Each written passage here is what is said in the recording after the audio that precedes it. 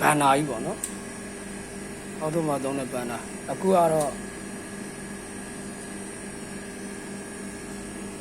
တို့ကအင်္ဂနိုက်တာမကောင်းတော့အင်္ဂနိုက်တာကောင်းရင်ဆိုရင်အဲ့တော့ဒီမှာဒါအင်္ဂနိုက်တာနဲ့ဘိုင်းလော့ဘန်နာရှို့ရတာပေါ့နော်ဖွင့်လိုက်ပြီဘယ်ဘက်လဲဖွင့်လိုက်ပြီဖွင့်ပြီးတော့ဒါကကျတော့ high play